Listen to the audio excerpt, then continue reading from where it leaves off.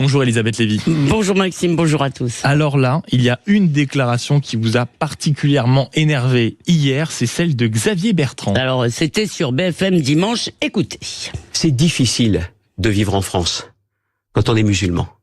C'est difficile de vivre en France quand on est juif. C'est difficile de vivre en France quand on n'est pas blanc de peau. C'est difficile de vivre en France quand on porte pas le prénom du calendrier grégorien. Bon, je pourrais dire que c'est difficile de vivre tout court, mais passons. D'abord, si Xavier Bertrand veut nous dire qu'il y a du racisme, des discriminations en France, certes, c'est vrai, mais il oublie trois choses. D'abord, il y en a moins qu'ailleurs, toutes les enquêtes le montrent, et malgré les 300 victimes du djihadisme de ces dernières années, eh bien, heureusement, ce n'est pas comme en Angleterre ou en Irlande, il n'y a eu en France aucune chasse aux musulmans comme ça dans les rues. Nous ne faisons pas d'amalgame, et c'est tant mieux. C'est peut-être certes plus difficile de trouver un appartement quand on s'appelle Boubacar, mais être noir, ça ne vous empêche pas d'être adulé comme Aya Nakamura, Omar Sy, et je ne vais pas vous citer la liste, elle serait trop longue, heureusement aussi. Et enfin, il oublie Xavier Bertrand que des Blancs sont aussi victimes de racisme dans certains endroits. Ensuite, pour revenir sur la phrase elle-même, sans vouloir dresser un palmarès du malheur, il n'y a pas de chouchou du malheur, il faut admettre que l'antisémitisme occupe aujourd'hui une place à part en France parce qu'il devient tendance. Il ne se cache plus, des étudiants sont insultés ou ostracisés, des jeunes sont agressés, des familles sont contraintes de quitter les villes où elles résidaient, le patron du premier parti de gauche blague sur un patronyme juif, tout ça très tranquillement, et dans les cours d'école on ne se cache plus pour dire sale juif, puisque juif c'est génocidaire. Et pourtant, malgré cette situation qui est pour le moins je dirais préoccupante, eh bien je ne dirais pas que la France est antisémite.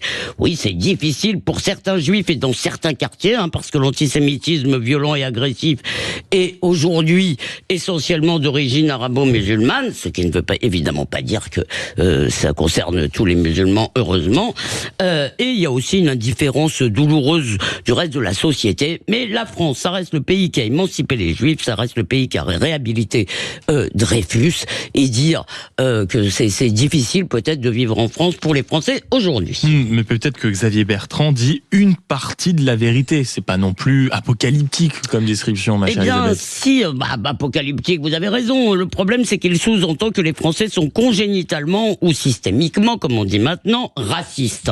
Et ce faisant, il flatte la corde victimaire, puisque depuis des décennies, on explique aux descendants d'immigrés qu'ils sont victimes du colonialisme, de l'esclavagisme et du racisme, ce qui les enquiste dans un statut de victime qui ne les aide en rien. Alors c'est pour certains le prétexte pour tout casser ou pour brailler nique la France, et c'est un empêchement pour tous ceux qui veulent juste, comme des millions d'entre eux, devenir tranquillement français. En plus, il y a cette culpabilisation systémique de tous les Français. Alors Guy Mollet disait de Mitterrand qu'il n'était pas socialiste, mais qu'il avait appris à parler le socialiste. Eh bien, Xavier Bertrand n'est peut-être pas woke, mais il a appris à parler le woke pour avoir la carte, pour être reçu sur France Inter.